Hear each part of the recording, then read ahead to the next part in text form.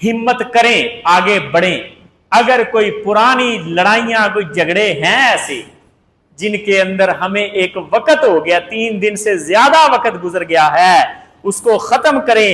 نبی علیہ السلام کے اصحاب کا یہی طریقہ کار ہوتا تھا، حق کے اوپر ہوتے ہوئے بھی وہ حق کو چھوڑ دیتے تھے، کیونکہ نبی علیہ السلام نے فرمایا تھا انا زعیم ببیت فی ربض الجنۃ لمن ترک المراء وان کان محقا، فرمایا میں جنت کے اندر ایک محل کی ضمانت دیتا ہوں ایسے شخص کو جو حق کے اوپر ہوتے ہوئے بھی لڑائی جھگڑے کو چھوڑ کے صلح کر۔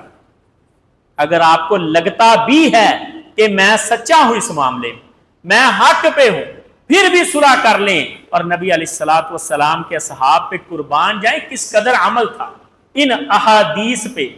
ایک بار سیدنا حسن اور حضرت حسین رضی اللہ تعالیٰ عنہ کا آپس میں جھگڑا ہو گیا، دونوں بھائیوں کا تکرار ہو گیا لوگوں کی موجودگی کے اندر، اور سیدنا حسن رضی اللہ تعالیٰ عنہ جو بڑے بھائی تھے اور نبی علیہ السلام کی سیرت ان کے رگ رگ سے نظر آتی، بڑے حوصلے والے، بڑی ہمت والے، خاموش طبیعت، اور حضرت حسین رضی اللہ تعالیٰ ذرا جشیلے تھے۔ حضرت حسین رضی اللہ تعالیٰ عنہ نے کچھ باتیں سنا دی اپنے بڑے بھائی، مجلس برخاست ہوگی، دونوں اپنے گھر کی طرف چلے گئے۔ اگلے دن صبح حضرت حسن رضی اللہ تعالیٰ نے جو بڑے بھائی اور کل مجلس میں باتیں سنی ہیں، بڑے بھی ہیں مجلس میں باتیں بھی سنی ہیں، اپنے چھوٹے بھائی کے گھر کی طرف جا رہے، راستے میں ایک بندہ ملا جو کل اس مجلس میں موجود تھا۔ وہ کہنے لگا حضرت جی کدھر جا رہے ہیں؟ کہتے ہیں میں اپنے چھوٹے بھائی سے صلح کرنے جا رہا ہوں۔ وہ کہتا حضرت جی آپ کس چیز کی صلح کرنے جا رہے ہیں؟ باتیں تو انہوں نے سنائی ہیں آپ کو، ہیں بھی چھوٹے، آپ خود چل کے جا رہے ہیں۔ بڑا خوبصورت جواب جو حضرت حسن رضی اللہ، وہ کہتے ہاں میرا چھوٹا بھائی ہے، باتیں کرنے میں وہ میرے اوپر سبقت لے گیا تھا، لیکن میں نہیں چاہتا کہ آج صلح کرنے میں بھی وہ سبقت لے جائے۔ میں بڑا کس چیز کا اگر میں نے صلح پہلے کر کے میں نے نیکی کے اندر سبقت نہ لے لی، کیونکہ نبی علیہ السلام نے فرمایا وَخَيْرُهُمَ الَّذِي يَبْدَأُ بِالسَّلَامِ، ان میں سے بہتر وہ ہے جو سلام کے اندر ابتدا کرے۔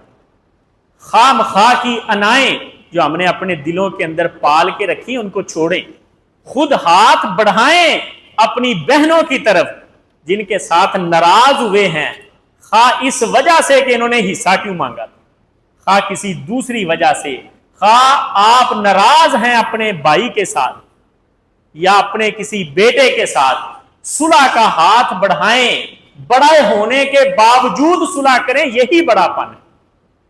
اور اسی کو نبی علیہ السلام نے ہمیشہ پروموٹ کیا۔ سیدہ عائشہ رضی اللہ تعالیٰ عنہ ایک بار ناراض ہو گئی اپنے بانجے کے ساتھ، عبداللہ ابن زبیر رضی اللہ تعالیٰ حضرت اسماء کے بیٹے، حضرت عائشہ کے بانجے۔ اصل میں عبداللہ ابن زبیر یہ مدینہ کے گورنر بھی تھے، اور یزید بن معاویہ کے بعد 2 سال انہوں نے خلافت بھی سنبھالی، حجاز کے اندر انہوں نے اپنی حکومت قائم کر، اور حضرت عبداللہ ابن زبیر رضی اللہ تعالیٰ عنہ حضرت عائشہ رضی اللہ عنہا کو اپنی خالہ کو ام المومنین کو تحائف بھیجا کرتے تھے، گھر کے لیے ساز و سامان بھیجا کرتے تھے۔ حضرت عائشہ رضی اللہ تعالیٰ عنہ کی عادت تھی وہ صدقہ بہت زیادہ کرتے، جو چیز بھی آتی آگے صدقہ کر دے، جو چیز بھی آتی آگے صدقہ کر۔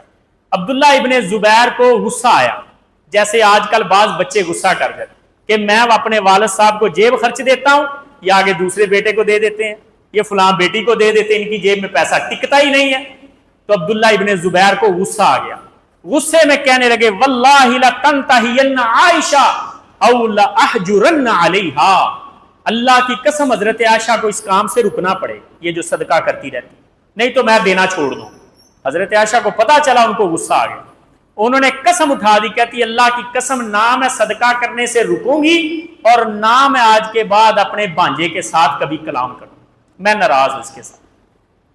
اب حضرت عبداللہ ابن عباس کو جب پتا چلا، ان کے لیے اس سے بڑی اور کیا تکلیف ہو سکتی ہے کہ ام المومنین حضرت عائشہ نے یہ کہہ دیا، وہ پریشان ہو گئی، اپنے دوستوں کو اکٹھا کیا، مسور اور عبد الرحمن جو مشہور تابعی ہیں اور وقت کے امام ہیں، ان کو کہتے حضرت عائشہ کے پاس جانا ہے صلح کرنے کے لیے، میری سفارش کرنی ہے آپ نے۔ یہ تینوں اکٹھے گئے، اجازت مانگی، مسور اور عبد الرحمان بولے، کہتے ہم اندر آنا چاہتے ہیں۔ سیدہ عائشہ رضی اللہ تعالیٰ نے اجازت دی کہ اندر آ جائے۔ پردے کے پیچھے سے حضرت عائشہ سے کچھ انہوں نے سوال کیے، کچھ علم لیا۔ اچانک عبداللہ ابن زبیر نے پردہ پیچھے کیا اور جا کے سیدہ عائشہ رضی اللہ تعالیٰ عنہ کے گلے لگ کے رونے لگے، معافی مانگنے لگے، کہتے مجھ سے غلطی ہو گئی، آپ میری خالہ بھی ہیں، میری ماں بھی ہیں، مجھے معاف کر دیں۔ سیدہ عائشہ رضی اللہ تعالیٰ عنہ نے بھی رونا شروع کر دیا، اور سیدہ عائشہ نے کہا میں نے قسم اٹھائی تھی، لیکن اب میں قسم کا کفارہ دے کے تمہارے ساتھ صلح کر لیتی۔ اور انہوں نے 40 غلام آزاد کیے۔ ویسے قسم کا کفارہ ہے ایک غلام کو آزاد کر، لیکن سیدہ عائشہ نے کہا کہ جس صدقے سے تم نے مجھے روکا تھا، میں صلح کر کے پھر وہ 40 غلام آزاد کروں گی اور تمہیں بتاؤں گی کہ میں صدقہ کرنے سے باز نہیں۔ اس قدر صلح کو اہم جانتے تھے نبی علیہ الصلوۃ والسلام کے ساتھ۔ ہر مسئلے میں صلح، اپنی انا غصہ چھوڑ دیا کر۔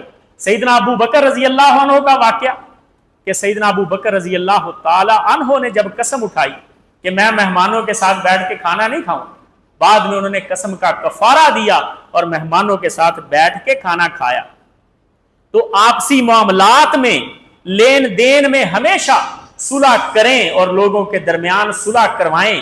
نبی علیہ الصلوۃ والسلام ہمیشہ درگزر کرتے اور صلح کرواتے تھے۔ رسول اللہ صلی اللہ علیہ وسلم ایک بار نکلے تبلیغ کے لیے، اور عبداللہ ابن ابی بیٹھا ہوا تھا اپنی مجلس میں۔ نبی علیہ السلام گدھے کے اوپر سوار تھے۔ نبی علیہ السلام کے ساتھ آپ کے صحابی سیدنا انس تھے، اور عبداللہ ابن ابی نے نبی علیہ السلام کے بارے میں کوئی برے الفاظ بولے۔ رسول اللہ صلی اللہ علیہ وسلم کے صحابی نے کہا واللہ لحمار رسول اللہ صلی اللہ علیہ وسلم اطیب ریحا من، اللہ کے نبی کا گدھا تجھ سے بہتر، جس کی وجہ سے تو تکلیف محسوس کر رہا ہے۔ صحابہ کے درمیان تکرار ہو گیا، لڑائی ہوگی۔ نبی علیہ الصلوۃ والسلام نے اسی وقت ان کے درمیان صلح کروائی، اور نبی علیہ السلام نے فرمایا کہ کبھی بھی یہ کسی نبی کے لائق نہیں ہے کہ اس کی وجہ سے مسلمانوں کا آپس میں جھگڑا۔